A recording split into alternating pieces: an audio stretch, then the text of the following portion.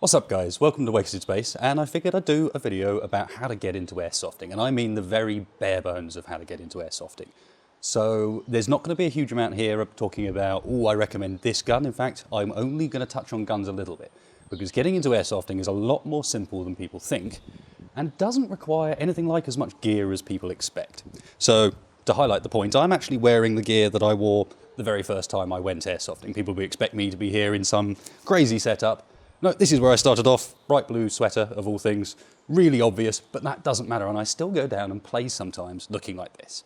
But anyway, that's jumping way ahead of where we should be, so let's kick off firstly by how do I start? And that means, where do I go and play? What do I need when I really kick off? How does it all work when I get there? And how much is it going to cost me?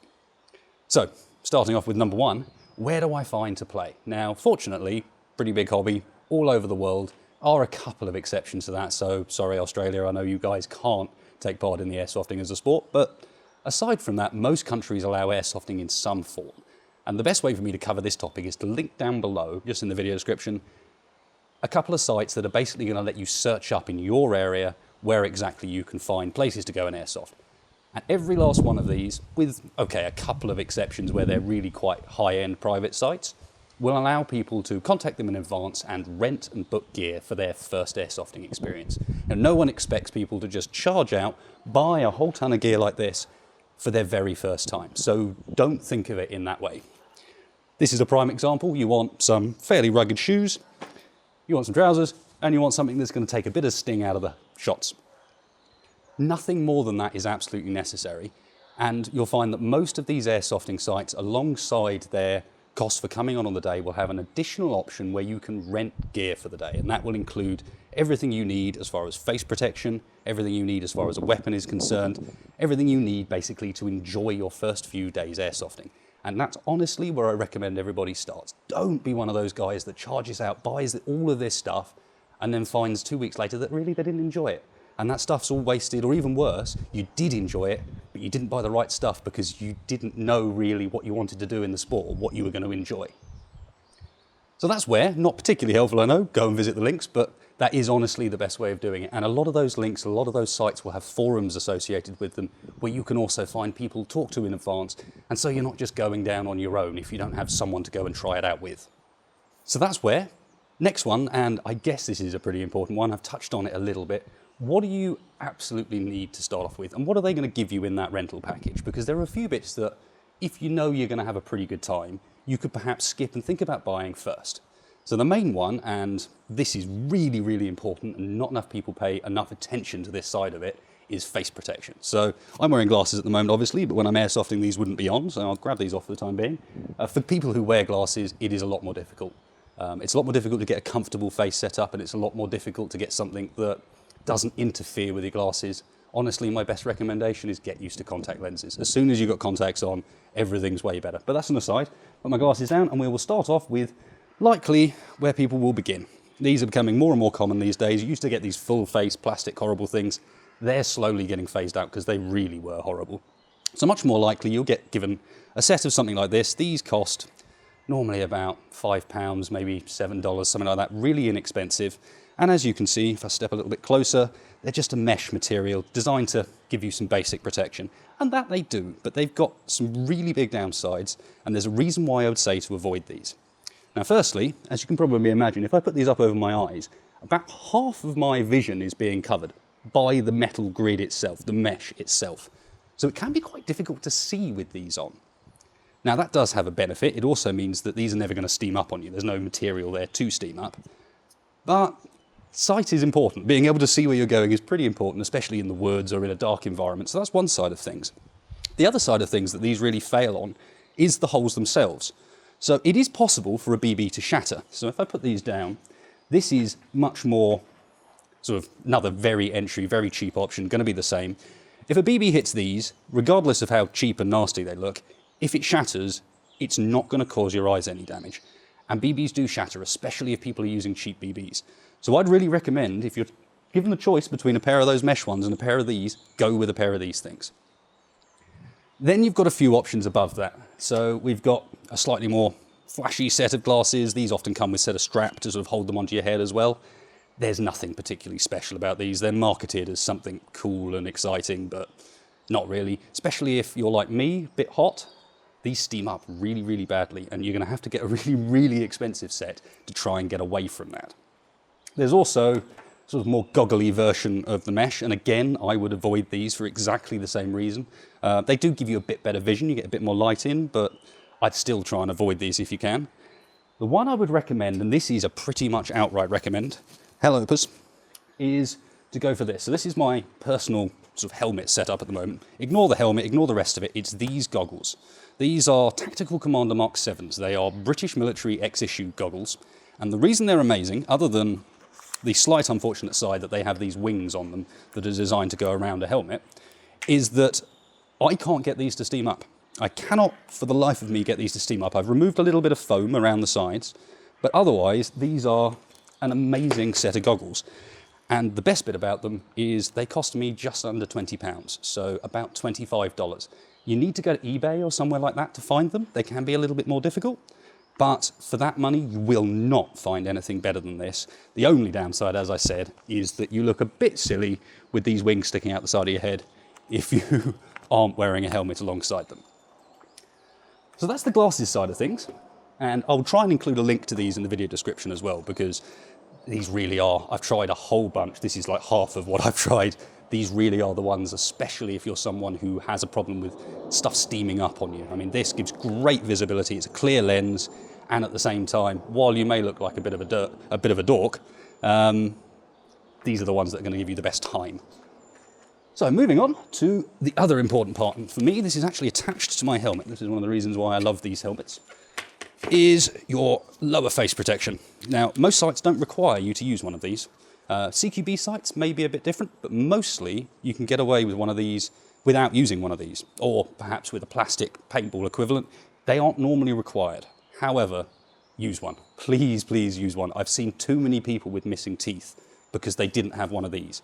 They're, especially the mesh ones, and remember, benefits of airsoft versus paintball in this regard is it can be mesh. That's not going to be a problem in the slightest. Yes, of course, you've got the idea that it might shatter again, but it's not your eye, it's protecting it, so your cheek or something like that. That's not too bad. And at the same time, when you've got this on, you can breathe, you're not overly hot, you're comfortable, but it's giving you really good protection around all of those fleshy bits, in particular, getting hit in the side of the nose. Damn, does that hurt. So I really would recommend one of these. There's not many options with these. You get the mesh ones, you get solid ones, and you get ones that are built into sort of helmet face mask sort of deal. Those helmet face mask deals, they tend to be a little bit on the hot side, so I'd be careful of that. I have no idea what my cat is doing. Can you stop that, please? I'm trying to record a video. Anyway, so we've got these. Not much to say about that other than please wear one. It really doesn't hurt that much to wear one. Again, you might look a bit silly, although I'd argue with the lid on and the goggles, this is the natural sort of thing to go with it. But get one of those. As for the lid, this is really not important. Something on your head, I mean, I don't think I was wearing this specific hat, but something on your head, preferably over your ears, that's all you're going to need. You can literally go down like this. The only thing I would make really sure of, two real killer bits, your eyes and your ankles. So I haven't brought any out here with me, that is very remiss. Give me 2 seconds. So by the magic of editing, I now have some boots. 2 different types, in fact. These are your average hiking boots. They're okay. But the main deal and the most common injury in airsofting by miles is ankles. So you want something, preferably, without this side of things, you want something a little bit more like this. Big ankle support. Now these, probably on the more expensive end, these are a set of Paragon boots, actually my brother's.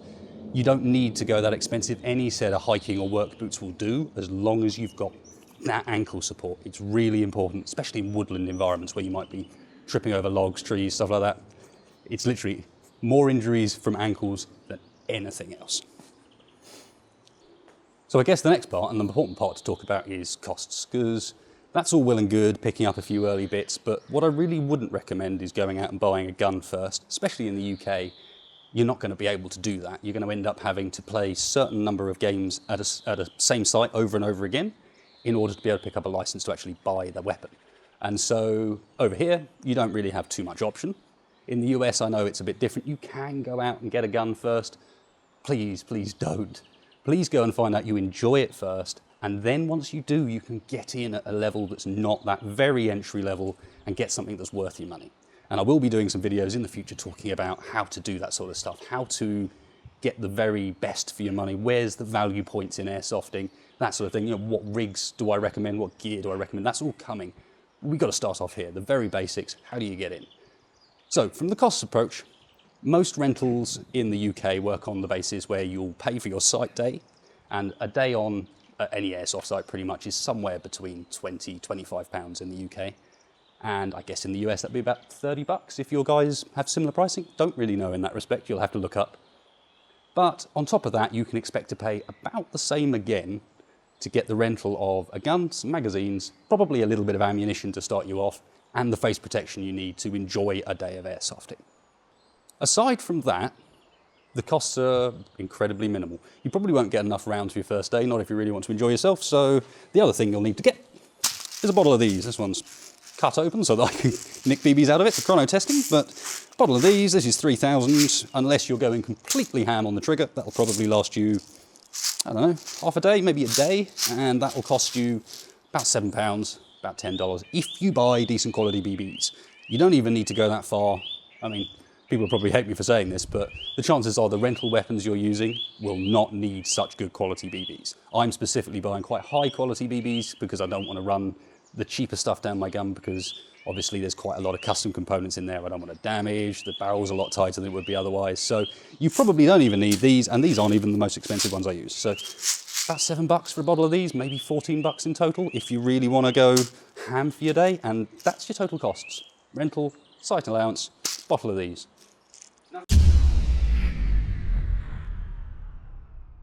Nothing else is actually needed to go out and enjoy a game. Hello, you fancied being in the video, did you? Nothing else is needed to actually go out and enjoy a day's airsofting. However, just to wrap up, just to finish things off, because I think that's pretty much everything I want to cover, is sort of where, how, what do you need, how much is it going to cost. The final thing I'll talk about is, because some guys will have to immediately charge off and try and buy some cool gear to start off with, a couple of the other bits that you can get early on, perhaps even before a gun, that are really going to make a big difference and are kind of needed. So a rig, for example, we have a selection along the back, and I'm actually going to grab this one specifically because this is actually one of my most recent purchases. This is a rig for my sniper, but the most important part about this one is it was about £40, including the postage for it, so not very expensive at all. You needed to put a few extra bits on it, but the idea is you get something like this, and this will be responsible for, under a hoodie, this will be responsible for basically managing your gear. So around here I've got a series of pouches for sniper magazines in this case, and pistol magazines. We've got a holster for our pistol, sidearm. Please don't buy one of these as the first gun you buy. You don't use them that much. They're very helpful in a sniper rig. In reality, in another rig, you're probably going to spend lots of money on this and then go, I'm actually enjoying this sport now. I wish I hadn't got this first. That wasted some of my budget. They're tempting, but perhaps not quite as good as they could be. And that's basically it. You get something like this, it's going to carry your magazines around for you, it's going to give you a place to put empty magazines, it's going to give you a place to put your sidearm if you're using one, and also, and I guess this is kind of less important, but definitely has a factor, it also gives you a bit of protection. This one less so, because this is basically just a belt rig, but you can imagine a full chest rig like that actually gives you a bit of sort of protection bulk on top of giving you somewhere to carry all your bits and bobs. If you do go into one of those, you can get all sorts of different types.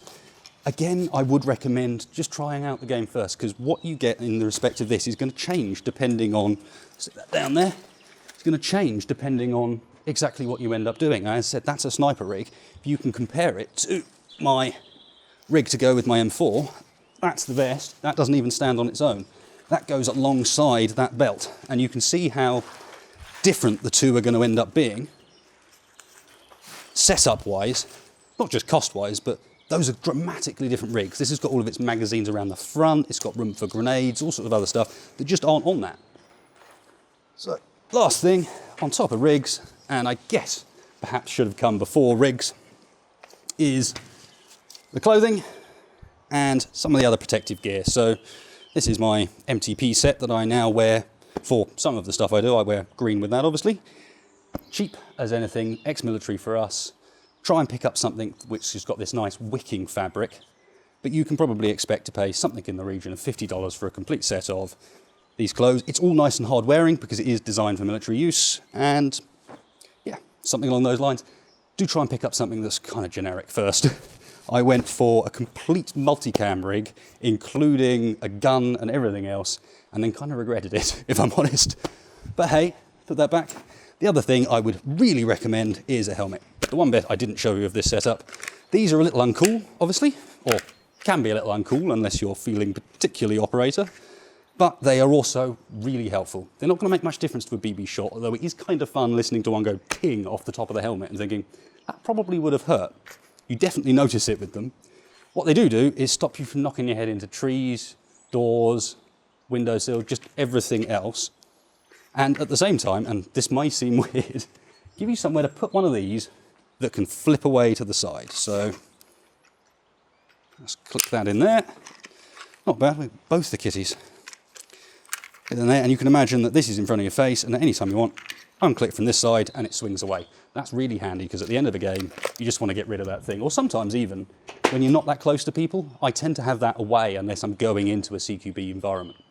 So given as it's legitimately starting to get a bit dark, I should try and wrap this up. The last thing I'll talk about quickly, having sort of mentioned about where to go, how much it's going to cost, what you need to start off with, is a little bit about what to expect when you get there, and a little bit about how much it hurts, because that is a big question that lots of people ask. How much does it sting when I'm airsofting?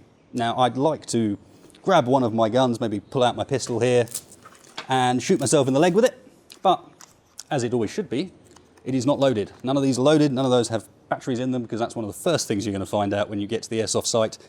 Safety is obviously a big paramount. These things will take eyes out, they will take teeth out, so always unloaded, always a cleared weapon, and that means if the weapon's had a magazine in it, you would cock it one more time and clear the weapon to make sure there's nothing in the barrel.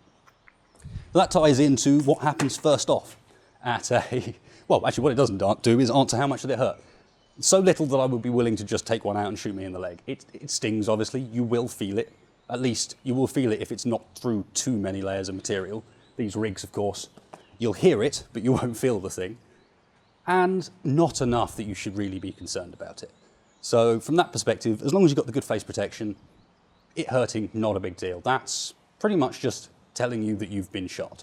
And all of this leads nicely into what can you expect on a game day. So the main deal is, how do I play airsoft?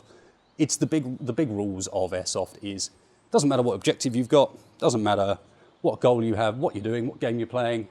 The deal is, when you get shot, you feel the hit, obviously, or you hear the hit often. If it's on a rig or on a helmet, you'll hear it rather than feel it. And you stick your hand in the air and you shout hit. And that indicates to everyone else that you have been hit, you're out of play, you're going back to perhaps your respawn, perhaps it's a single life game. In some cases, we play games a lot where they're sort of rolling attack defend games where the defenders will have to fall back 30 yards and they can respawn. The attackers only have to go back 10 yards and they can respawn and kind of roll back into the attack. All of that's aside, hand in the air, hit, and you go back to respawn or whatever it is. And everyone else will be doing the same thing, in theory. Obviously, it's a game where cheating can happen and everything is based on trust and honesty. And all I can say about that is, you will probably at times think people are cheating. You will be shooting blindly at them and think, God, how have they not hit? They must not be taking their hits. I'm going to get really angry about that. 99% of the time, you're actually probably not hitting them. Believe it or not, it's very, very hard to tell. It's very, very easy to be too quick to judge. And that side of things does ruin the sport quite a bit. So try and go into this with an open mind and just think, I'm going to be an honest player. When I feel my hits, hand up, I take the hit. Hopefully everyone else is around me as well. We're going to have a great time. That is pretty much the only rule of airsofting. Aside from the obvious things about wearing glasses or, as I said, clearing a weapon, that's what you can expect, on top of a bunch of organised games where you will represent one of two teams, normally indicated by an armband of some sort or a tag, coloured armband, coloured tag, and then you'll play through some objectives and hopefully have a really good time. Simple as that, and trust me, because I know a lot of people will be kind of worried about this, that first time down an airsoft site is nothing like as scary as you believe it would be. Just have a chat with whoever you're signing in with, say you're new, and you can be sure they will take you through the ropes, introduce you to it gently, give you any advice you might need, because in general, This is a great sport and it's got a lot of cool people in it that legitimately want more people to come and enjoy it with them. So hopefully that wraps things up. I guess that's like 30 minutes of me chatting in front of a wall with gear behind me. I will reiterate again, don't go out and buy something like this early, guys. That's a prime example, actually. This is a plasticky, horrible little thing that was bought for fun, admittedly. It wasn't bought because it's good, but that's the sort of thing you could easily be tempted into buying, and you should not. Please, at least go out and get some advice from elsewhere, or wait for my advice, but definitely try the airsofting first. Try some game days before you worry about kicking off with a gun. And of course, hopefully I'll be back soon with a bit of a gear review, tell you where to go first, what rig might be a good idea, what weapon might be a good idea, perhaps even give you a little rundown on my own personal weapons, which I've been working on at the moment. This has got a stupid scope on it so it can mount the scope cam, hopefully for some later videos. Well, there you go, guys. It's been good to finally do a to-camera video, a bit weird for me, but hopefully I can sort the cats out next time so they're at least not fighting during the recording of the video, making it a nightmare. Thanks a lot for watching. Of course, if you did enjoy this, please hit like, please hit subscribe, really helps me and the channel out. And if you didn't like it, the dislike button is, which side is it going to, it's going to be that side. Click it, I don't care. I would like to know at least your opinion. Shut up, please. And at the same time, if you can, leave a comment down below. Just tell me, how can I improve? What didn't you like about this video? So thanks a lot, guys, and I will catch you next time.